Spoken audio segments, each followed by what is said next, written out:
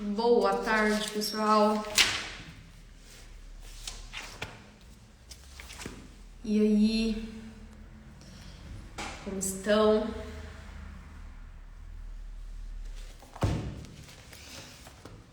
Oi, Ravi, Bia, Rafa, Cecília. Boa tarde, gente, tudo bem? Valéria, Ana. Como estão?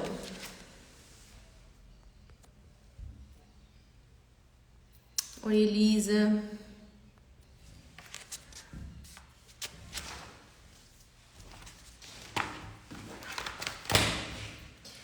E aí, gente, todo mundo querendo saber o que fazer com rotina em viagem?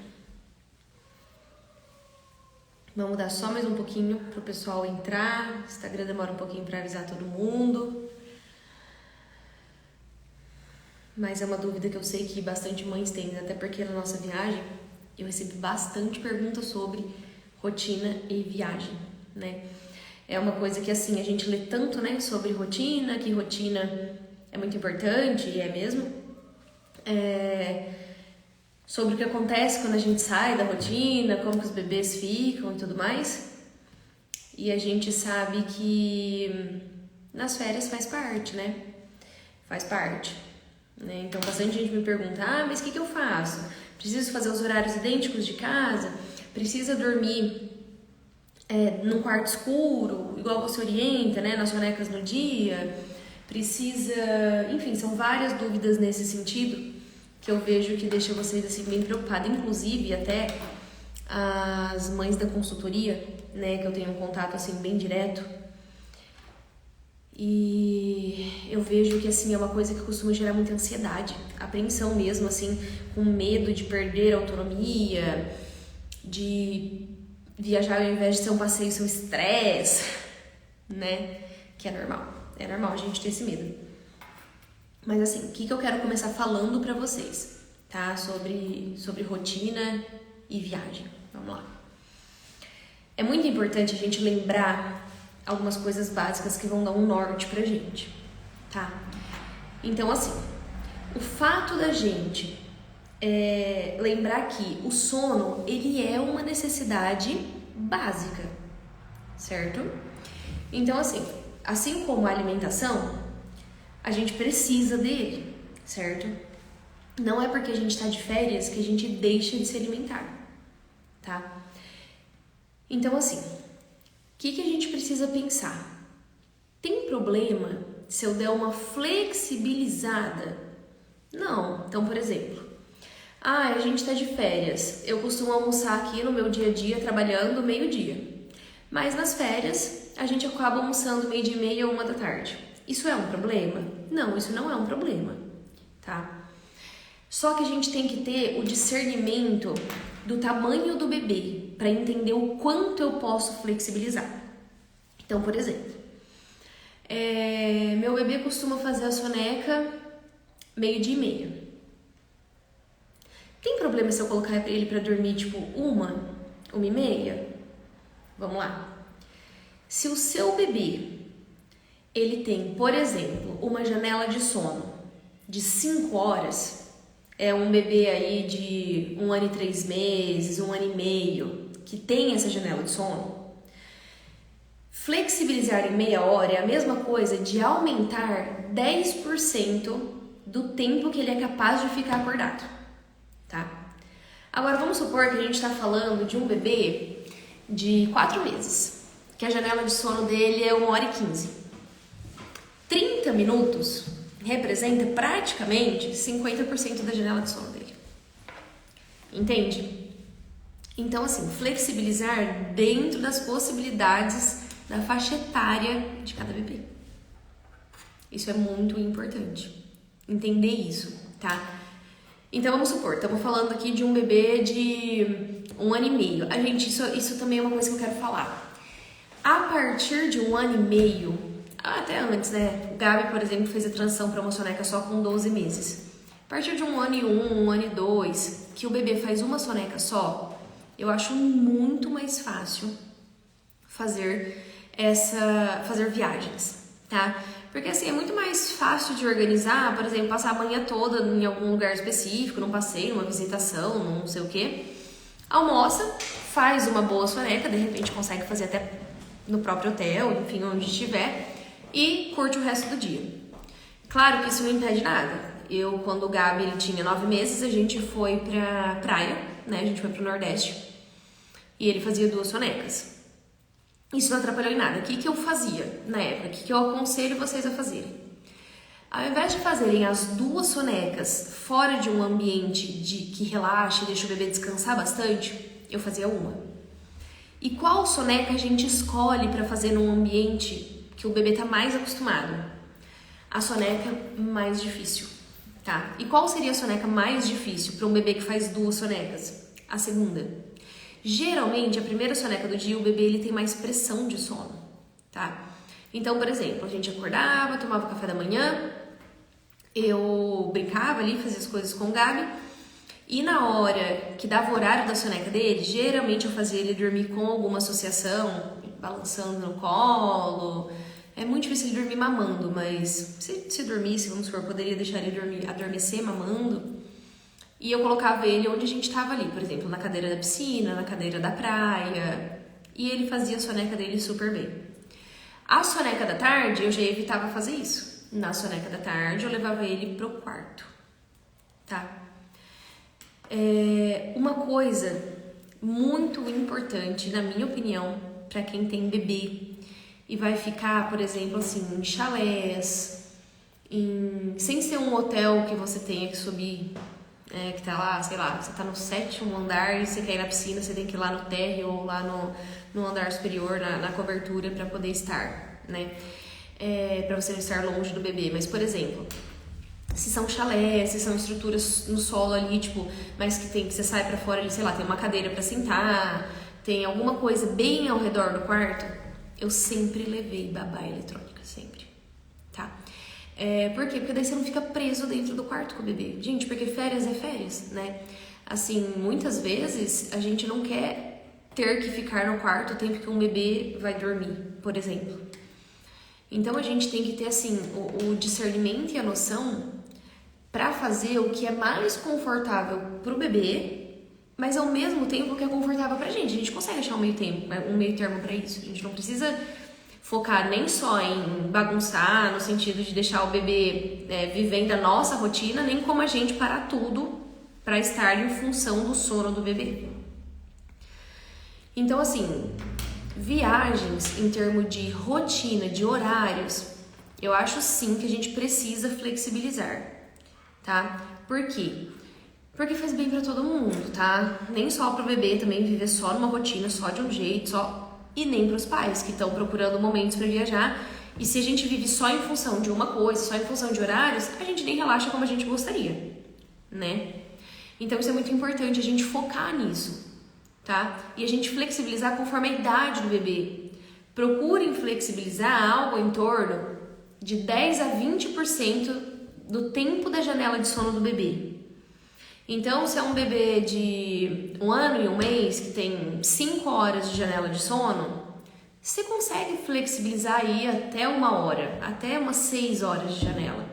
Mas se é um bebê pequenininho, um bebê de 6 meses, que aguenta 2 horas, você flexibilizar aí no máximo 15 minutos, por exemplo. Entende? Que já é, proporcionalmente falando, já é uma boa flexibilização. Tá? Em termos de horários, tá? Agora, uma coisa que vocês me perguntam sempre, eu vejo que é uma dúvida bem importante sobre trajetos e alimentação, né? Até o Gabi ter mais ou menos 1 ano e meio, eu acabei optando por manter uma alimentação mais fora dos restaurantes, né? Quando a gente viajou pela primeira vez com ele, com 6 meses e pouquinho, que ele estava na introdução alimentar, eu não dava nada, em hipótese alguma, de comida de algum lugar, porque eu não sabia como que tinha sido feito, né? Por mais que de repente era só um legume cozido, né? Não é uma coisa que eu não sabia se realmente não ia nada de sal, então eu evitei bastante, né? Então, assim, Lugares perto, eu sempre levei a comida dele, tá? Então eu levava a comidinha dele e eu dava a comida que a gente tinha levado. Quando a gente foi pro Nordeste, por exemplo, né, que era mais longe, aí a gente já começa a ter riscos, né, de deixar essa comida muito tempo fora de geladeira e riscos da qualidade dessa comida, né? O que a gente fez? Quando a gente foi pro Nordeste, a gente foi para um resort muito bom. E lá eles atendiam a gente muito bem, assim. Então isso também era uma preocupação minha. Eles ofereciam comida exclusiva para cada idade. Você podia, né, falar, por exemplo, eu quero só tal e tal legume. Eles deixavam as papinhas prontas numa geladeira que tinha numa copa do bebê, né, que era mais ou menos no meio do resort, assim. Então tinha as marmitinhas das crianças amassada, em pedacinhos pequenininhos, com carne, com frango, do jeito que fosse, com sal, sem sal, do jeito que fosse. Isso é uma coisa que eu achava, assim, primordial. Conforme ele foi crescendo, quando ele tava com 1 ano e 3 meses, a gente foi pra Disney, né? Ali não teria como a gente levar nada mesmo, que eu acabei levando, os biscoitinhos sem açúcar, sem glúten, que ele consumia, isso deu pra levar na mala. Mas a gente arrumou um pessoal que fazia comida para criança específico, né? Assim, uns brasileiros que eles trabalham com marmitas e tudo mais. Então eu acho bem válida essa preocupação em relação à alimentação, porque também uma alimentação aí, digamos, conturbada para uma criança que possa dar, sei lá, uma infecção, qualquer coisa assim, a gente sabe o quanto vai atrapalhar o passeio de todo mundo, né? Além do perigo.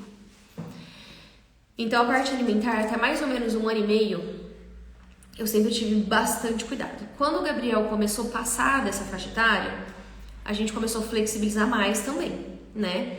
Então, assim, ele comia, procurava um local de restaurante por quilo, de boa higiene, colocava um arroz, as coisas que ele estava acostumado a comer, né? Mesmo se a gente fosse comer uma porcaria, algo que não é específico de um almoço, assim, eu não dava pra ele, né? Eu dava comida pra ele. E a partir de 2 aninhos, uns 2 aninhos e 3 meses, eu comecei a flexibilizar mais. Por exemplo, deixar ele jantar uma pizza, coisa que eu não fazia de jeito nenhum. Eu dava comida pra ele, procurava em algum local ali perto, e se depois ele quisesse comer um pouco da nossa pizza, eu deixava pela idade, mas aquilo não era o alimento principal dele. Hoje não, hoje a gente já tem uma flexibilização muito maior. Se a gente for sair pra jantar pizza, eu deixo ele jantar pizza também, tá? Mas, óbvio, não faz parte do nosso dia a dia, não faz parte da rotina de vida. Então, assim, eu não vejo um problema importante nisso. Outra coisa que vocês me perguntam muito, que daí eu acho que isso pega bastante, é sobre trajetos, né? Então, assim, qual é a minha experiência com essa parte de trajetos, além do que eu sempre pensei, né? Bebê pequenininho, por exemplo, quando a gente viajou com o Gabi com 6 meses, obviamente ele não tinha acesso nenhum a telas, eu nunca ofereci nessa idade. Era mais fácil distrair ele com um brinquedinho simples, porque a criança já não tem muita locomoção nessa idade, fica mais parado, brincava com mordedor, fazia sonecas, né? Então, assim, a viagem que a gente fez de 6 horas... O Gabriel fez 2 sonecas de 1h30. Então, assim, deu super certo. Nos intervalos ali a gente brincava, fazia essas coisas com ele. E eu achei um trajeto muito tranquilo. Observação. Eu nunca passei perrengue importante com o Gabriel no carro, tá? E eu não fiz nada pra isso específico. Eu acho mesmo que é dele, né? Porque tem pais que me relatam, nossa... Ô Bia, meu filho odeia cadeirinha, meu filho berra, meu filho grita, meu filho não senta, desde que nasceu, desde que é pequenininho. Eu não vivi isso, tá? O Gabriel, ele é bem acostumado com o carro, bem mesmo. Eu e meu marido, a gente sempre foi muito final de semana pra casa dos meus pais em Prudente, é 1 hora só daqui, mas é 1 hora que ele tá acostumado a ficar no carro na ida, na volta. A gente também tinha costume, e tem costume, de dar uma voltinha no sábado, no domingo, de carro, andar na cidade à toa. Então, não sei se é exatamente isso, e eu também nunca tirei o Gabriel da cadeirinha, né? Assim, ele super se acostumou. Então eu realmente tive facilidade nesse quesito. Não é algo que ele chorava, não é algo que ele estranhava. E ele também aceitava dormir nela. O fato de balançar o carro quando dava a janela de sono dele, ele também adormecia na cadeirinha, tá? Conforme as crianças vão crescendo, é óbvio, eles não querem ficar sentados, muito menos amarrados num lugar só.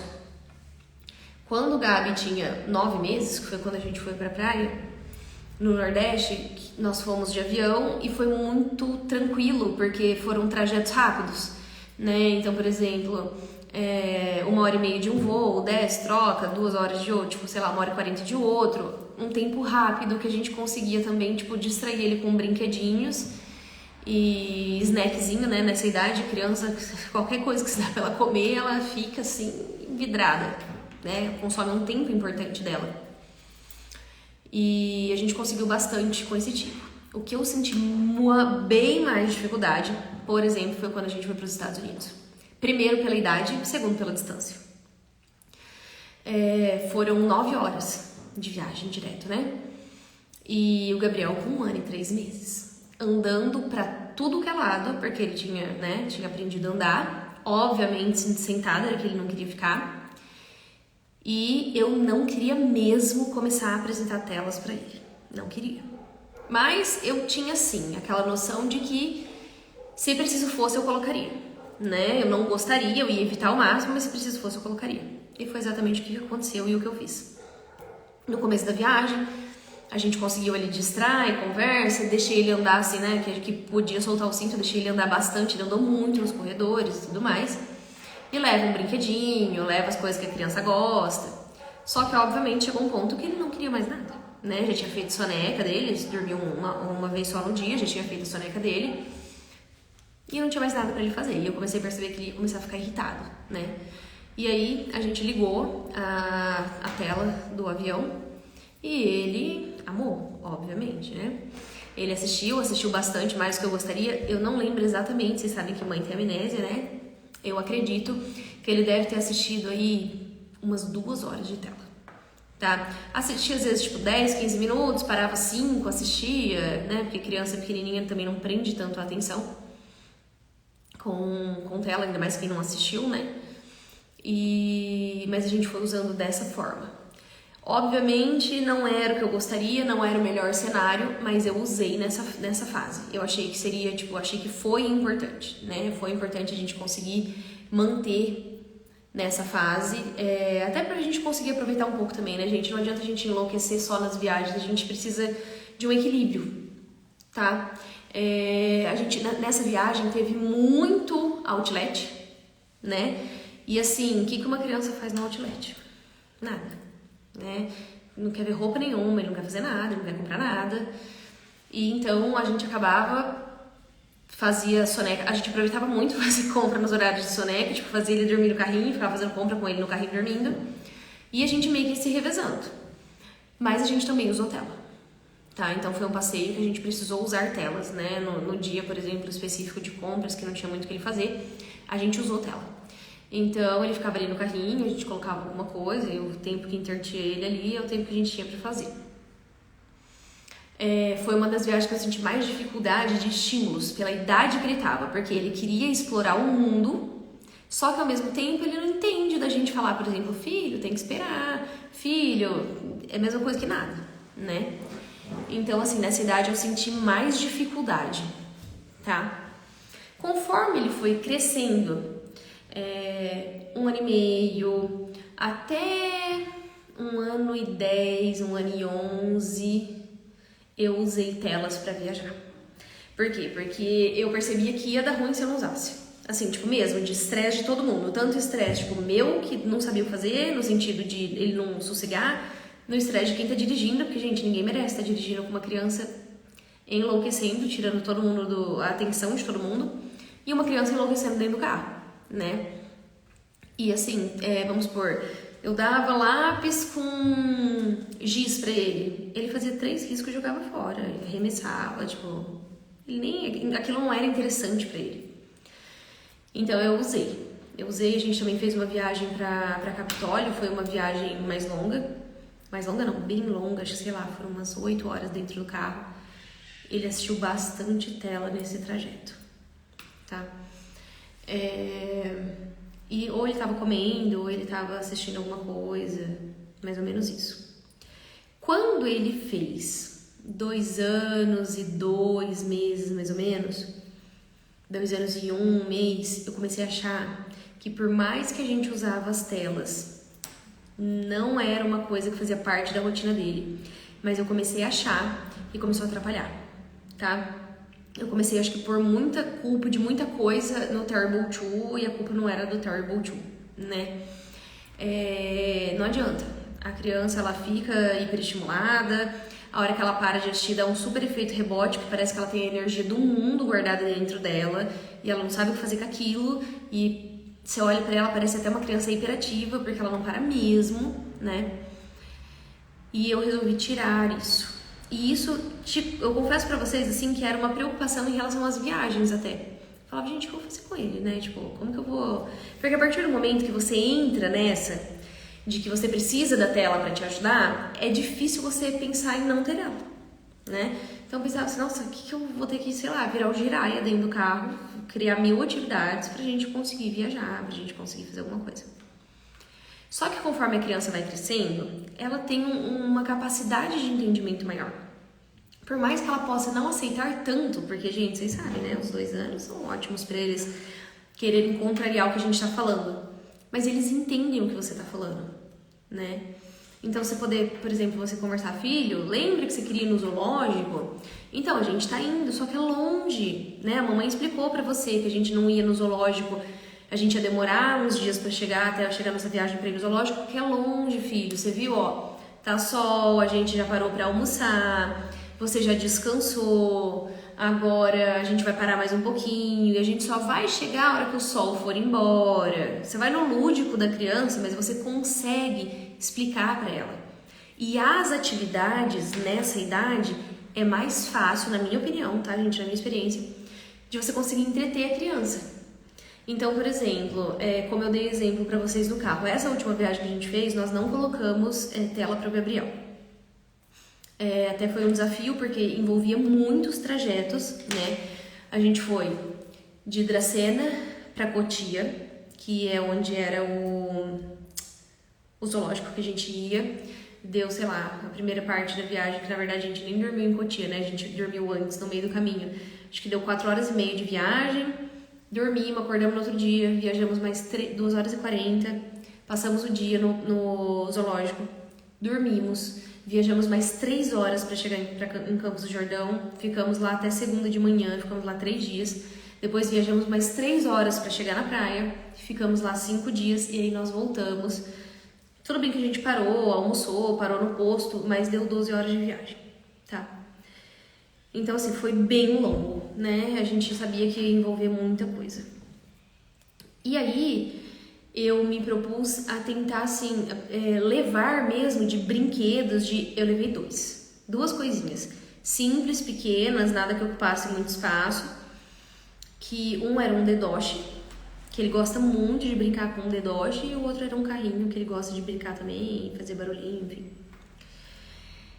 E aí, cada vez que a gente descia num posto, que a gente parava, sei lá, cada 3 horas nos trajetos maiores, assim, ou que a gente ia sair de viagem e ia dar 3 horas, ia dar, sei lá, 3 horas e meia, eu deixava ele escolher alguma coisa que fosse uma atividade pra ele. Então, por exemplo, eu postei também aqui pra vocês verem. Um dos dias ele comprou um livro de historinha que vinha com o fantoche dos 3 porquinhos.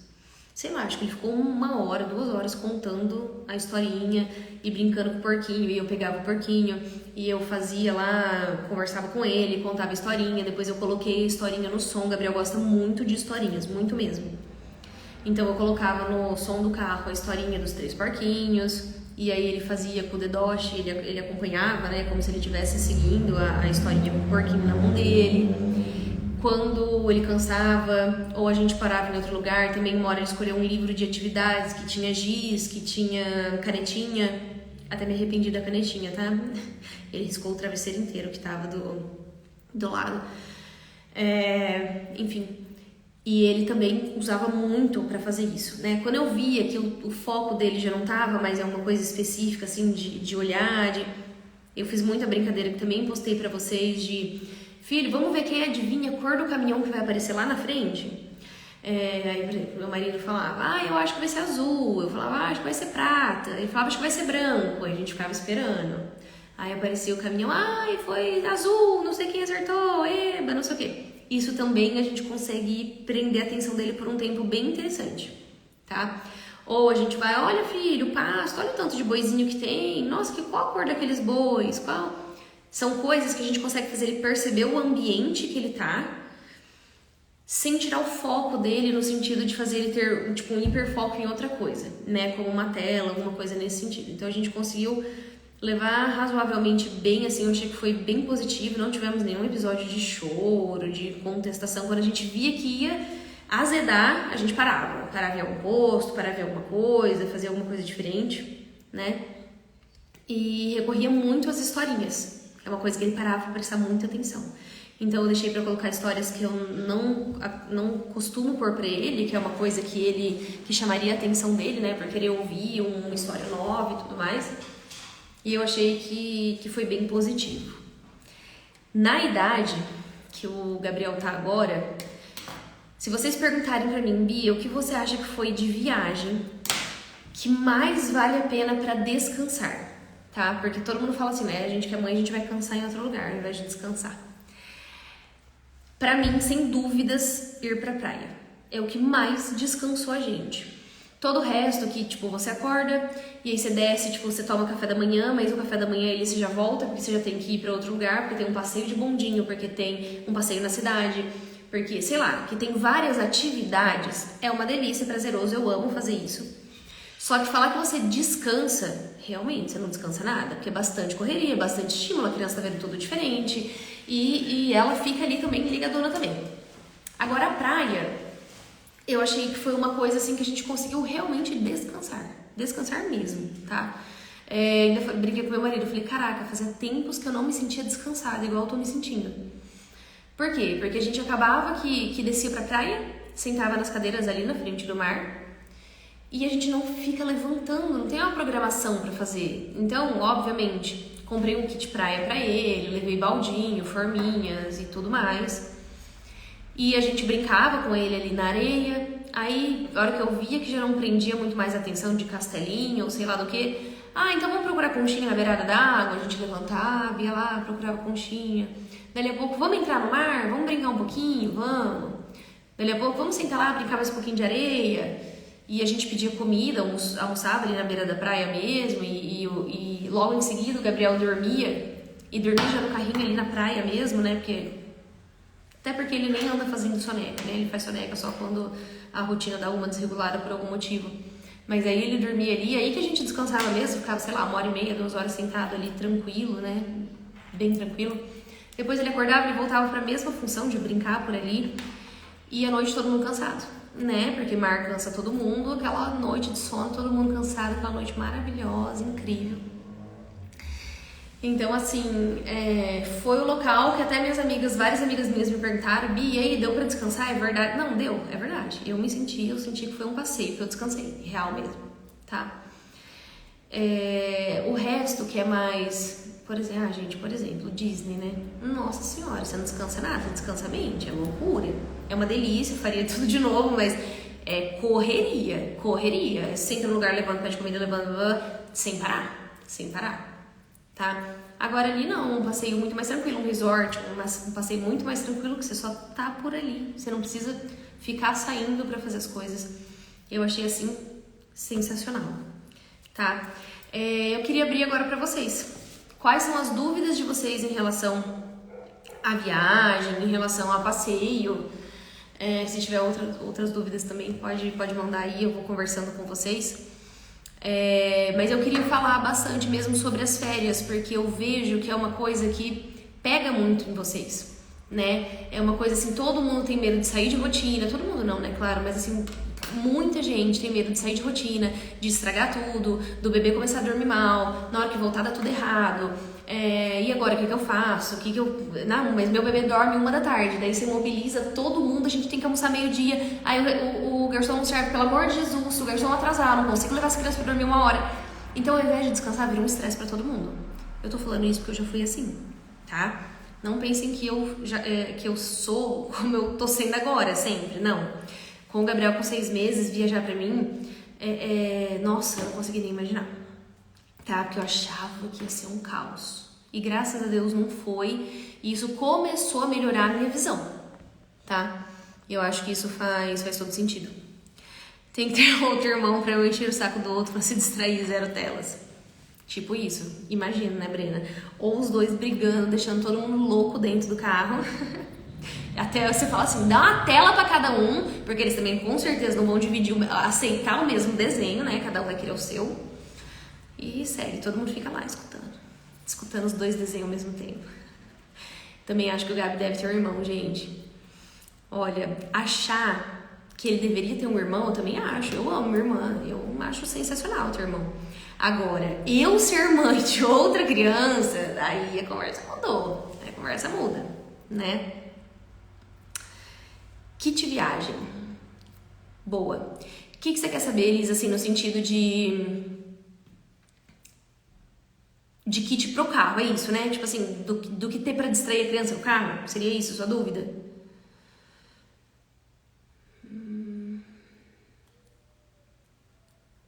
Oi, Caroline. Pode mandar suas dúvidas aí. Chegou agora, mas pode mandar. A gente vai falando sobre tudo.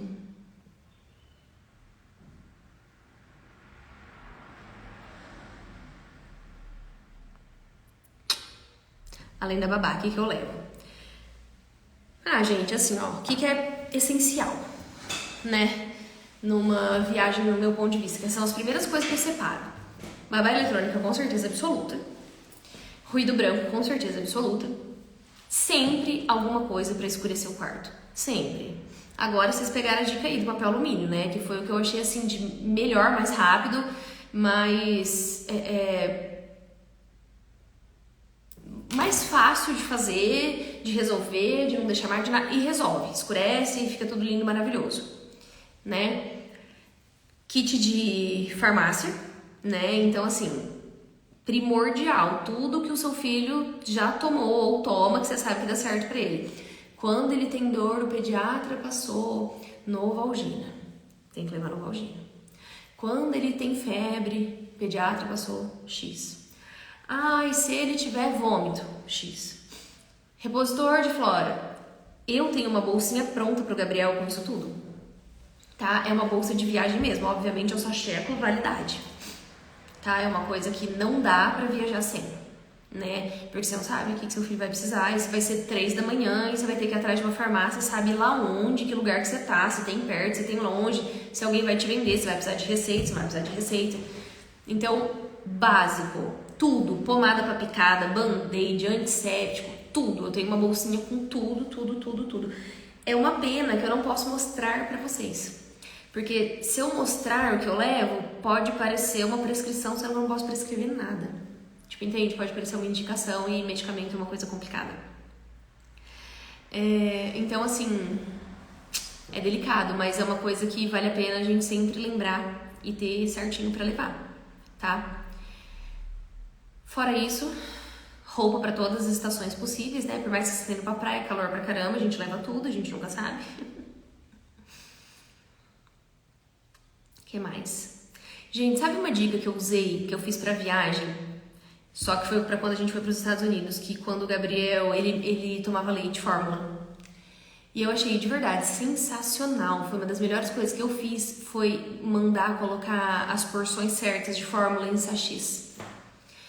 Por quê? A gente leva lata, aí sei lá, vamos supor, você vai sair de manhã pra ir pra praia e você vai ficar até o final do dia e seu bebê toma, sei lá, 3 mamadeiras. Ou você vai ter que acordar, colocar as medidas dentro de 3 mamadeiras se você tiver. Aí se você não tiver, você vai ter que levar sei lá onde, num potinho, separar as doses e tudo mais. Tudo bem, né? Faz parte, todo mundo faz isso, mas... Ou fazer exatamente o que eu fiz, levei numa farmácia de manipulação. Ele tomava 7 medidas de leite na época e eu pedi pra ela fazer sachês descartáveis de 7 medidas cada uma. E, gente, juro, foi a melhor coisa. Eu vivia naqueles, tipo assim, eu ia sair e pegava, tipo, 3 sachês, 4 sachês. Se o Gabriel mamasse até hoje, eu ia ter isso no dia a dia, na bolsa de carro dele e tudo mais. Ah, tem algum lugar? Tá lá. Pega o sachê, coloca água, a mamadeira tá pronta. Eu achei que isso foi uma coisa, assim, ótima. Nossa, pros parques, pra quando a gente... Nossa, foi muito bom. Eu só carregava aqueles sachês, abria, colocava, tudo certo. Não precisava ficar medindo, não precisava ficar carregando lata grande, nada. Foi, assim, excelente, excelente, excelente. Onde colocar o bebê pra dormir nas viagens? Em casa dorme em cama Montessori de 9 meses. Vanessa, procura algo o mais semelhante possível do que ele dorme em casa. Então, por exemplo, pedir pro hotel um colchão de solteiro pra colocar no chão. Tá? Melhor do que você colocar num berço portátil, que provavelmente esse bebê vai assustar. Conforme ele se mexe, faz barulho, ele não tá acostumado com isso, nem com espaço. Então, assim, tentar chegar o mais próximo possível do que vocês já têm. Do que vocês já têm. Do que vocês fazem em casa. Isso deixa o bebê muito mais confortável, muito mais seguro. Como, por exemplo, eu falei pra dormir. Tem bebês, crianças, que dormem muito melhor no escuro. O Gabriel é fato, né? Então, assim, não adianta eu não me preocupar com isso, porque às vezes ele vai estar lá deitado no quarto, pronto pra dormir, e o quarto entra mais luz do que se não tiver janela. E aí, ao invés de dormir, ele quer conversar, ele quer dar risada, ele quer... Enfim. Praticamente a casa inteira, é verdade, Elisa, a gente leva praticamente a casa inteira. Não tem jeito, não tem jeito. Vamos lá, funilaria e pintura. Meu nome é Renata, tenho uma bebê de 7 meses, acorda a noite toda quase, só quer TT, mas ela não tem fome, só fica chupando. E se não der, ela chora muito. Não tô dando mais conta, pois estou exausta, o que fazer? Gente, eu leio essas perguntas e a hora que me vem a resposta na cabeça, que é o que eu vou te dar de resposta, eu juro que eu penso assim, pronto, vão achar que meu único objetivo é vender consultoria e curso. Porque eu não consigo te dar outra resposta a não ser ensinar o seu bebê a dormir, ensinar a autonomia de sono. Entende? Um bebê que acorda inúmeras vezes durante a noite e ele só volta a dormir com a associação, a única forma de você ensinar a dormir a noite inteira e você também dormir a noite inteira é você tirar essa associação. Gente, isso é muito sério que eu vou falar aqui agora. Quem tiver aqui que for da consultoria vai me responder se é verdade ou não. Bebês com autonomia são outros companheiros de viagem do que bebê sem autonomia. Bebê sem autonomia, numa viagem, ele vai ter vários despertares, porque temperatura diferente, tá num lugar que não conhece, entra luz, faz barulho, E aí, o que você faz com o bebê sem autonomia? Ele só sabe voltar a dormir mamando. Aí você tava em casa, ele acordava 5 vezes por noite. Aí você resolveu ir pra praia, porque tá todo mundo estressado, o casal tá estressado, ninguém dorme, então vamos pra praia, vamos desestressar. Chega na praia, esse bebê acorda 12 vezes por noite. No dia seguinte, vocês olham pra cara do outro e falam, vambora, o que nós vamos fazer aqui? Ao invés de descansar, nós estamos enlouquecendo. E é exatamente isso que acontece. Eu tenho vários relatos de gente da consultoria que me contou isso. Vários mesmo. Porque é verdade, é um bebê que você não pode respirar diferente que ele acorda, só que ele não sabe o que fazer pra voltar a dormir. Agora, bebês com autonomia é outra vida. Mesmo viajando, mesmo dormindo fora. Claro, gente, ninguém tá falando de robô, ninguém tá falando, a criança vai dormir a noite inteira, não vai ter um despertar em hipótese alguma. Não tô falando isso. Pode ser que tenha, mas vai ser assim, sei lá, 1 despertar, 2 despertares, que se resolve rápido, que o bebê não fica chorando porque tá estranhando o lugar, porque tá inseguro. Não, é uma coisa rápida de fazer. Então, assim, por exemplo, tudo bem, o Gabi já não é mais bebê. Eu falo que eu nem posso mais ele dormindo sozinho aqui, porque não é mais tão fofo, né? Ele já é uma criança, ele tem que dormir mesmo. Bebê é mais bonitinho da gente ver. Mas, no geral, óbvio, teve dias da viagem, nem vou saber dizer quantos, que ele acordou, que às vezes ele perguntava, mamãe, ou falava alguma coisa que aconteceu no dia, sei lá, mamãe, areia, não sei o que, sei lá o que, eu só respondia, né, ele tá assim, assado, já dormi de novo. Mas, no geral, eles dormem bem, eles dormem a noite inteira, eles sabem o que fazer pra dormir. É totalmente diferente. É vida. É vida. Viajar com um bebê que sabe dormir é vida. Carola, a live vai ficar salva? Vai. Só por 24 horas, como todas as outras, tá bom? Só por 24 horas. Elisa, autonomia ajuda demais na viagem. É verdade, gente, ajuda absurdamente. Nos Estados Unidos, o Gabi tava com 1 ano e 3 meses. Cara, juro, era tão doido o dia de correria mesmo, de demanda. E eu ainda pensando que, tipo, o menino tava assistindo tela, tava uma coisa diferente do que é. Eu achava que as noites, tipo, iam dar uma mudada importante. Nós não tivemos problema nenhum dia.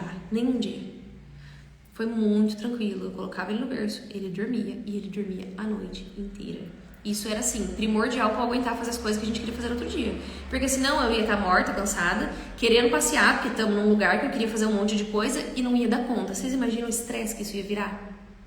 Tanto que um monte de gente, quando a gente foi, falou pra mim, várias amigas minhas falavam, você é louca, ir pra Disney agora com 1 ano e 3 meses, vocês não vão aproveitar nada, vai ser um caos, vai ser um estresse. Gente, juro, eu não me arrependo uma vírgula, nada, foi maravilhoso. E se eu puder incentivar, eu incentivo, quem eu puder. Vão, viajam, criam memórias. É maravilhoso fazer as coisas com as crianças. E se a criança colabora, gente, se a criança colabora, não é, é porque meu filho é bonzinho, meu filho não é bonzinho. É você que vai ensinar isso. Entende? É maravilhoso. Como ensina autonomia se ela chora muito? É muito brava, Jesus, não sei. Qual que é seu nome? Funilaria e pintura? Olha, vamos lá. Fugindo um pouquinho do assunto, né?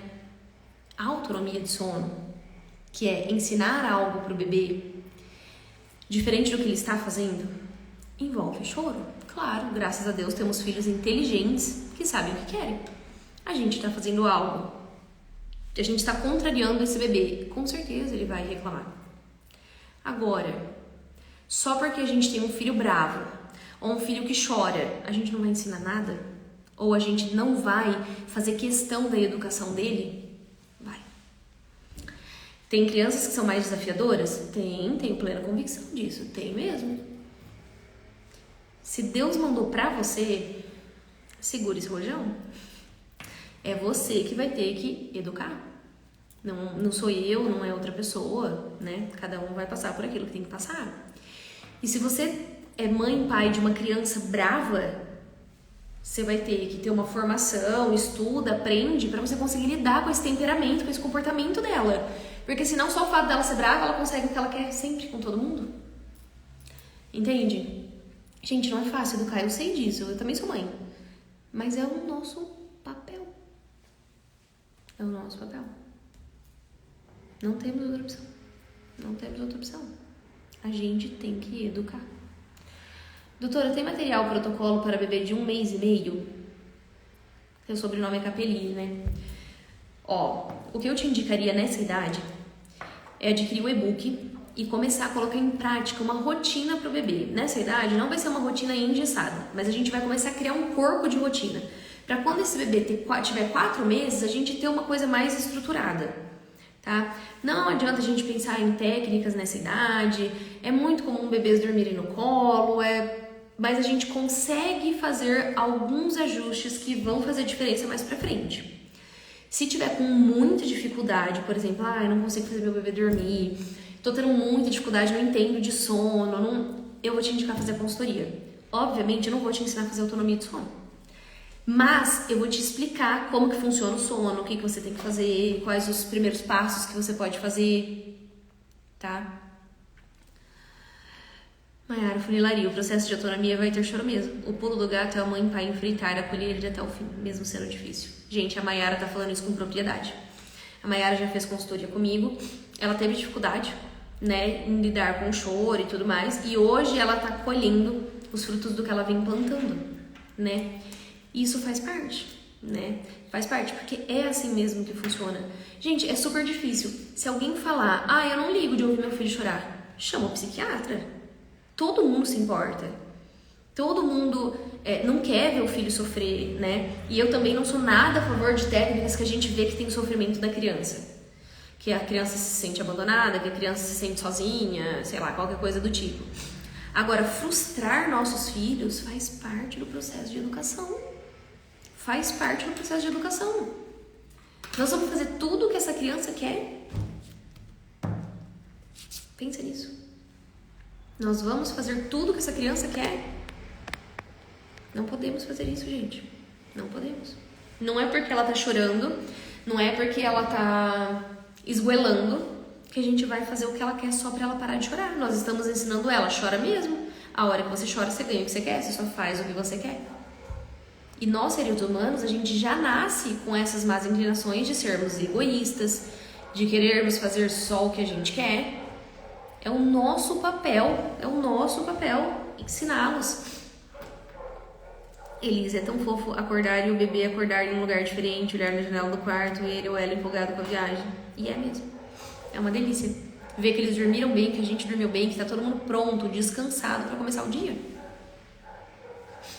Prontíssimo. Agora imagina todo mundo cansado, acordando mal-humorado, o bebê mal-humorado que não dormiu, você mal-humorada porque você também não dormiu, que você queria fazer 1000 coisas durante o dia e que não vai poder fazer nada. Ou vai fazer, mas vai fazer cansada, sem paciência. E aí? Né? Então, assim, de verdade, eu acho muito que nas viagens, nas férias, a gente pode flexibilizar dentro de uma capacidade de cada bebê, né? Como eu falei pra vocês, dentro da janela de sono de cada bebê, né? E com certeza absoluta, a autonomia influencia em muito nisso. Porque o bebê que tem autonomia de sono, ele tá com sono, ele não costuma dar fiasco. Ele deita lá, dorme e pronto, né? Alguns não, obviamente, não são todos, gente, também não normalizem isso. Ai, meu bebê tem autonomia, mas quando eu tô em viagem eu preciso, sei lá, ninar ele pra ele dormir, quando a gente tá num lugar aberto, num sono. Qual o problema? Faz parte. Tá? Gente, é isso. Alguém tem mais alguma dúvida? É isso que eu queria passar pra vocês sobre rotina, viagem. Alguém tem mais alguma dúvida sobre isso? Quer fazer mais alguma pergunta? Só pra finalizar, vocês já estão ficando mal acostumados, né? Mas a hora que eu postei que ia ter live, 3 pessoas me mandaram um direct perguntando: vai ter cupom? Vai, gente, vai ter cupom. Eu tô com esse hábito com vocês, né? De quando eu faço live, deixar um cupom de desconto. Vai ter um cupom de 15% off na consultoria, tá bom? Eu vou colocar aqui pra vocês, o cupom vai chamar Live15. Vai ser válido de hoje até domingo, tá? Então aproveitem, se tinha alguém esperando aí pra comprar, se tem parente, amigo, alguém que tá fazendo aí um enxoval da maternidade, lembra que muito mais importante um curso de amamentação, um curso de sono, do que caprichar nos detalhezinhos do quarto que o bebê não vai nem ligar o que é aquilo que tá lá. Certo? Vou encerrar então. Um beijo pra vocês, fiquem com Deus. Bora viajar e criar memória desses bebês. Vale a pena. Tchau, tchau.